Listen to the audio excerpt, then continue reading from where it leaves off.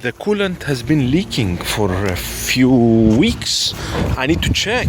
Every week when I check the coolant, it's dropping down, but very slowly. But I still need to see what is the leak coming from. I think it might be from the thermostat area here somewhere. I don't know if you can see it. Thermostat. Here is a kit I ordered from eBay. It should tell us what is the leak by using the fluorescent high density UV sensitive coolant dye. Let's put it in. Okay, it looks phosphorus, it's green. We have to put it and then shine the UV light on it to see if there is any leak in the car. I'll be driving with it sometime. So I'm gonna empty the whole bottle actually. Let's see if this does any difference.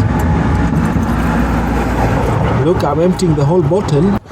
That's it, I've put all of it. I'll be driving for about 1 hour.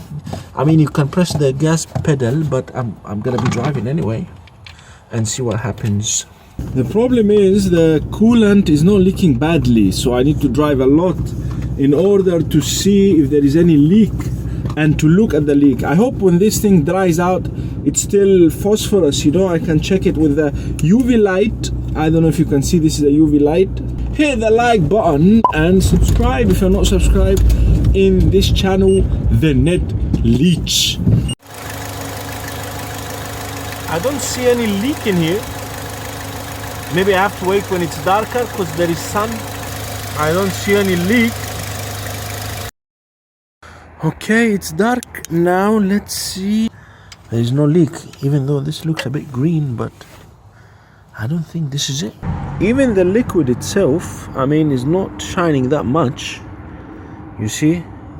You have to keep a good eye on any leaks. I don't see any leaks. Maybe there isn't anything leaking after all. Okay. I mean, I'm shining the UV light and there are no leaks that I'm seeing. So I don't know. So yeah, that was the episode today. Checking with the UV light if there are any problems, and it seems okay.